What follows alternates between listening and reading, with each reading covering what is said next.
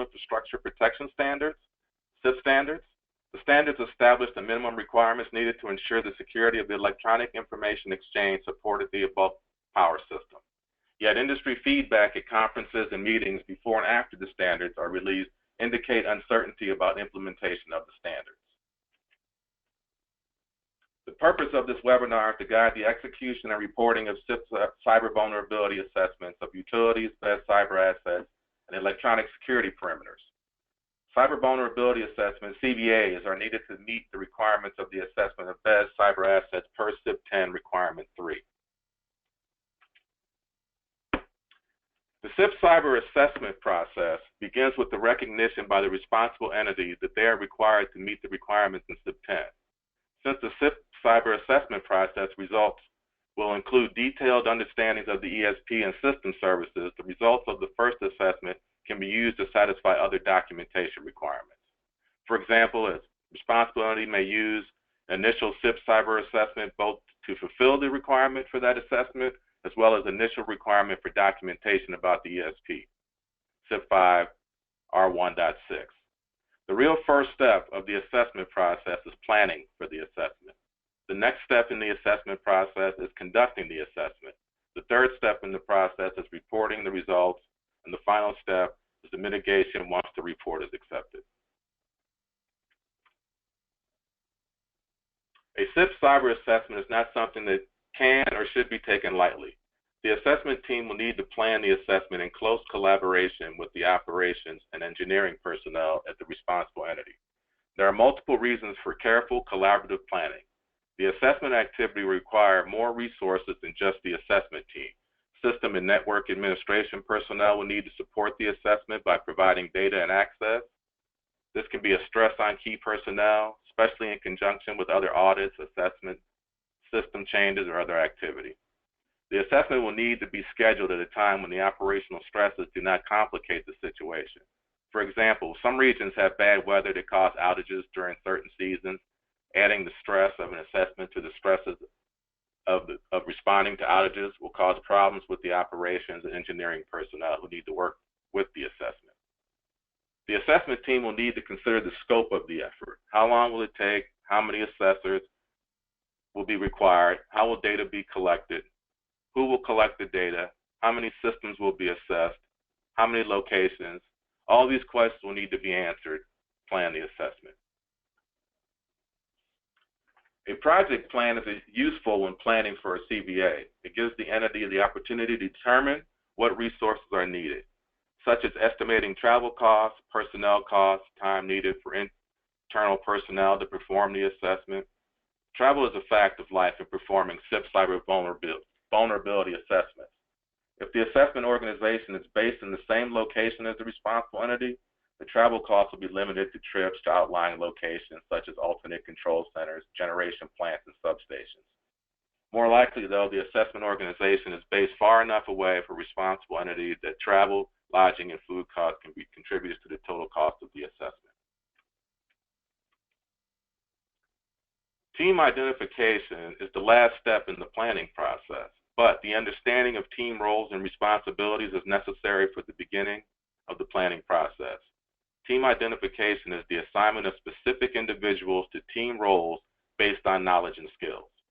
The roles should be known from the start of the planning.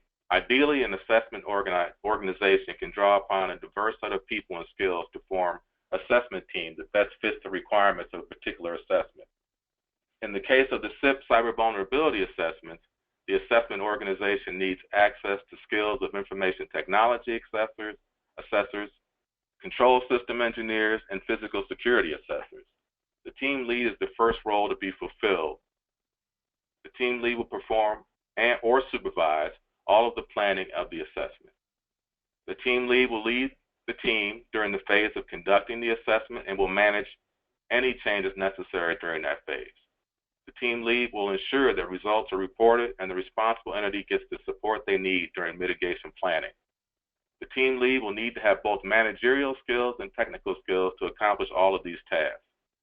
In some cases, the assessment organization may need to split the team lead roles into two parts, project management and technical management. There will be one or more team members. Persons will perform the actual technical assessment task during the assessment. Team members will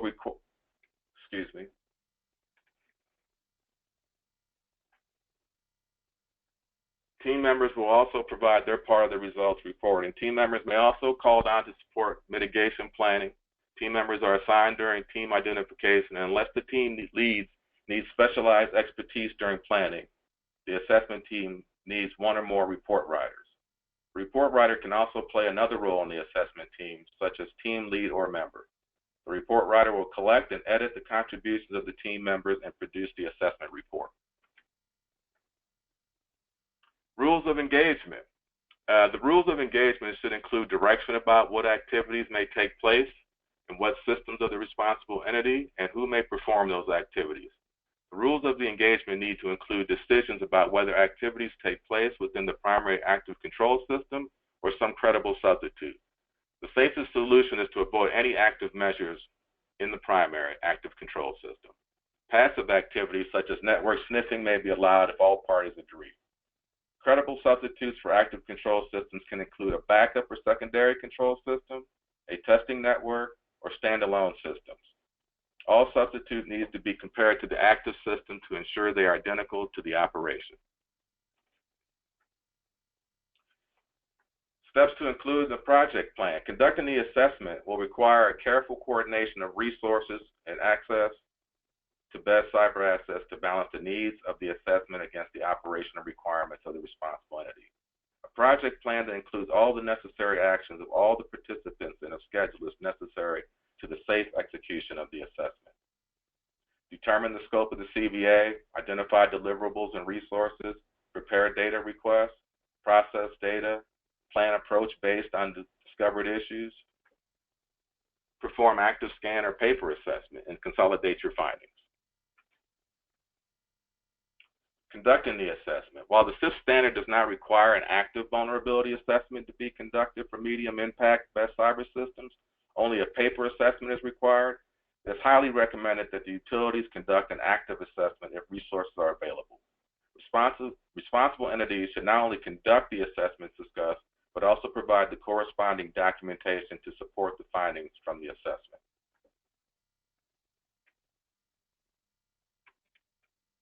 A paper vulnerability assessment.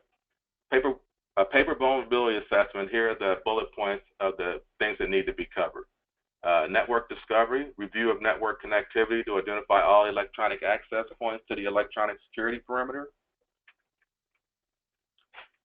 Network ports and services identification, a review to verify that all enabled ports and services have an appropriate business justification.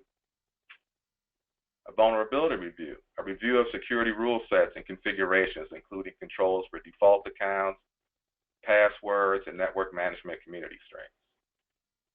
And a wireless review, identification of common types of wireless networks, A, B, G, N, and AC, and review their controls if they are in any way used for the best cyber system communications.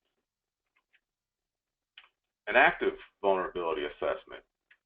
You have network discovery, use of active discovery tools to discover active devices and identify communication paths in order to verify that the discovered network architecture matches the documented architecture. So network discovery tools, Nmap, something like that might suffice to be used in this situation. Network ports and services identification, use of active discovery tools, again, to discover open ports and services.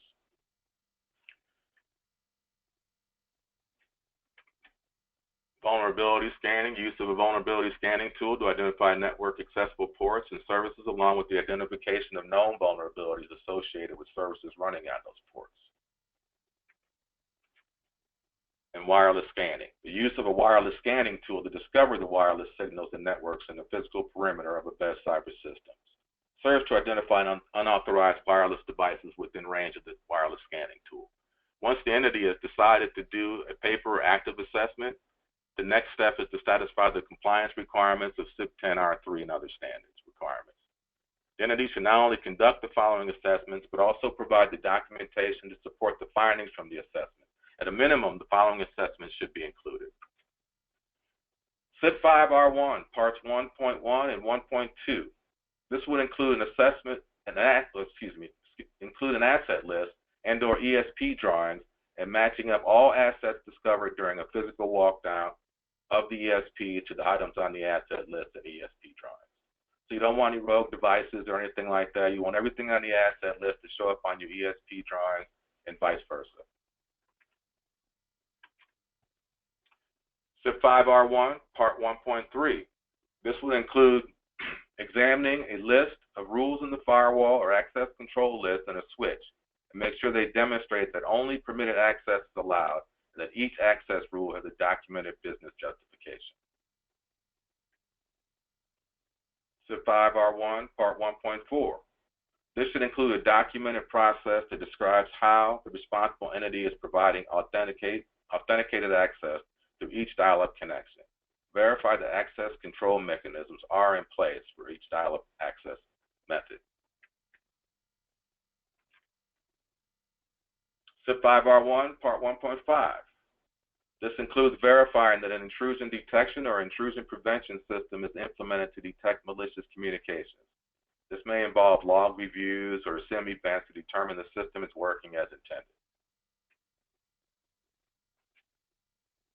CIP 5R2, Part 2.1 through 2.3. This should include the verification of an intermediate system for interactive remote access that allows direct access to cyber assets inside the ESP.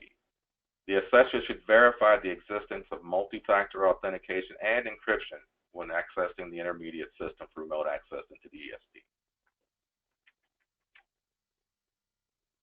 CIP 7R1, Part 1.1.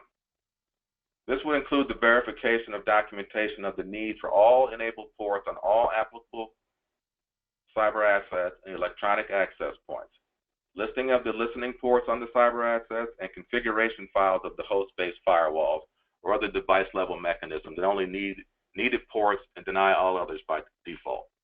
Compare these findings to the existing baselines for all applicable cyber assets and document any discrepancies. CIP 7R1, Part 1.2. This is where you verify that any unused physical input-output ports on a cyber asset is protected. This applies to any ports which can be used for networking, console commands, or removable media. This can usually be verified during the physical walkdown of the ESP. Port must be blocked either physically, logically, or signage must be displayed. Because CRSI believes that a CVA is the best time to perform a comprehensive review of the technical controls in place across all in-scope cyber assets, we include reviews of controls in support of the following requirements as part of our CVAs. These reviews are not required by a strict reading of the standard, but we recommend their inclusion as part of a robust ongoing security program. CIP 7R2, Parts 2.1 through 2.4. Here, the assessor should evaluate the patch management process. The assessor should compare applied security patches with the baseline configuration to make sure the baseline configurations are in line with the expected applied patches. This will be a good time for an entity to determine the effectiveness of their patch management system and to collect documentation of how the process works. CIP 7R3, Parts 3.1 through 3.3. The assessor should determine if an entity has methods to deter, detect, or prevent malicious code. This would include an antivirus system or system hardening procedures. CIP 7R5, Parts 5.1 through 5.7. Here, the assessor should identify all known default accounts, change the passwords for all default accounts, verify minimum password complexity, determine the list of individuals with shared account access, and verify that all interactive user access has a method of authentication. CIP 10R1, Part 1.1. The assessor should, the assessor should check the existing baseline configuration for the cyber assets and compare it against the discovered configuration. This can be done by collecting current configuration from the existing cyber assets at the time of the CVA. An example would be using WinAudit to capture the running configuration of a Windows cyber asset and comparing the output to the existing baseline configuration.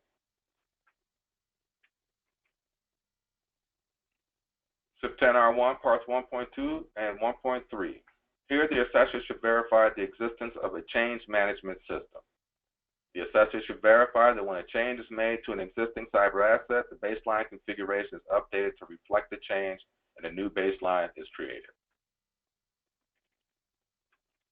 In CIP 10R1, Part 1.4, the assessor should verify if there is a procedure in place to verify the CIP 5 and CIP 7 controls are not adversely impacted by any changes to the baseline. This can include a list of cybersecurity controls that are tested after a deviation from the baseline, and test all your controls after you make any changes. CIP 10R2, Part 2.1. The assessor should verify controls that in place that at least every 35 calendar days check for changes to the baseline configuration. Does the entity have a method to monitor changes to the baseline? Verify the entity monitors the cyber assets for changes. Reporting the results. The assessment report should include a full description of the assessment process. This can be derived from the assessment plan, but needs to include specific technical information sufficient that the responsible entity can ask others to duplicate the results. Specific tools, methods, and techniques for the primary results need to be called out for future use. This section of the report needs to have enough information so that auditors can be assured that the assessment process fulfills the requirements of the CIP standards. The assessment report should include all of the vulnerabilities found during the assessment. This seems obvious, but the key to making the vulnerability reports useful is linking them to the assessment process and to all the circumstances that make the vulnerability possible.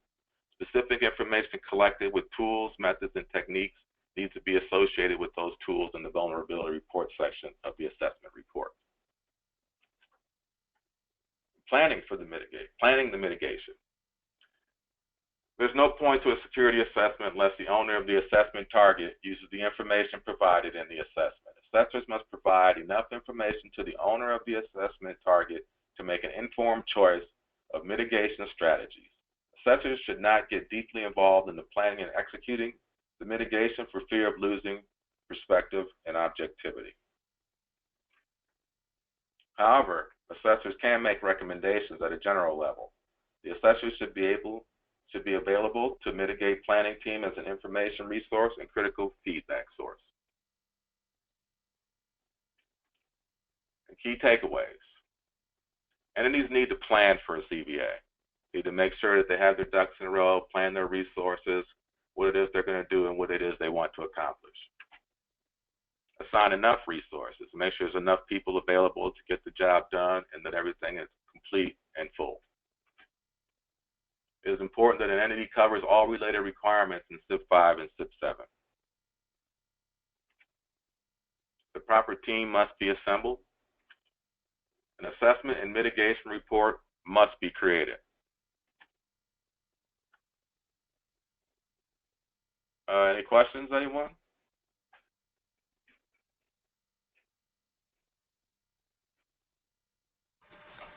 If anybody has any questions right now, if you would use the hand raising, raise your hand feature next to your name, that way we can call out and start a discussion for this Q&A session. While those are gathering, this is Void Nation. I will throw in a little follow-up information while y'all are gathering questions.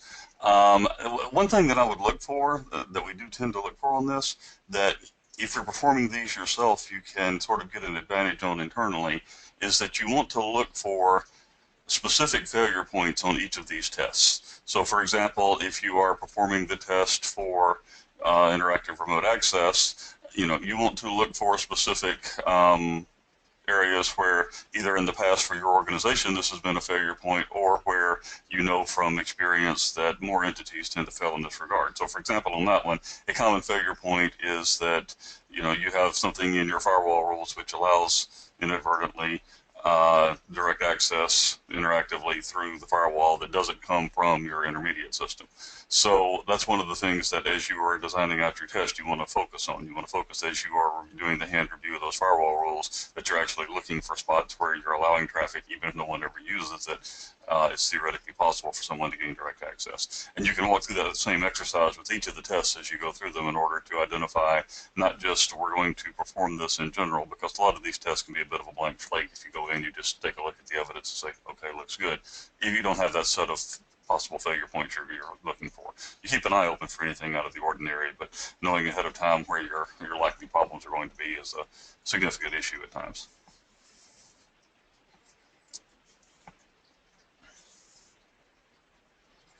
Thank you, Boyd.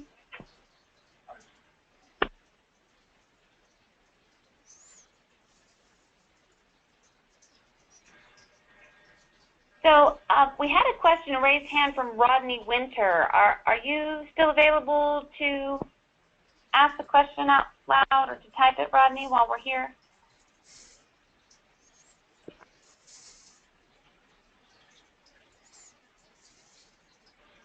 All right, we will get in touch with him offline. No other questions then? Well, I want to thank you guys for being on this webinar today. We're very glad that you're able to join us. My name is Nikki Holm, and I'm an account executive here. You guys will all be receiving detailed emails and follow-up from myself personally here within the next 48 hours. I do want to let you know about the upcoming webinars that are scheduled for August and September. We've got one in August for audit preparation as an extension of your CIP program, and one in September for a CFAT discussion. What I would really recommend that you do is take a look at these and go ahead and get registered now. These do tend to fill up very quickly, and we just want to make sure that you guys get a seat. Again, we really appreciate that you were here today with us. If you have any questions, we've got contact information that's going to be going out, and we're looking forward to speaking to each and every one of you soon. Have a great day. Thank you. Bye-bye. Thank you.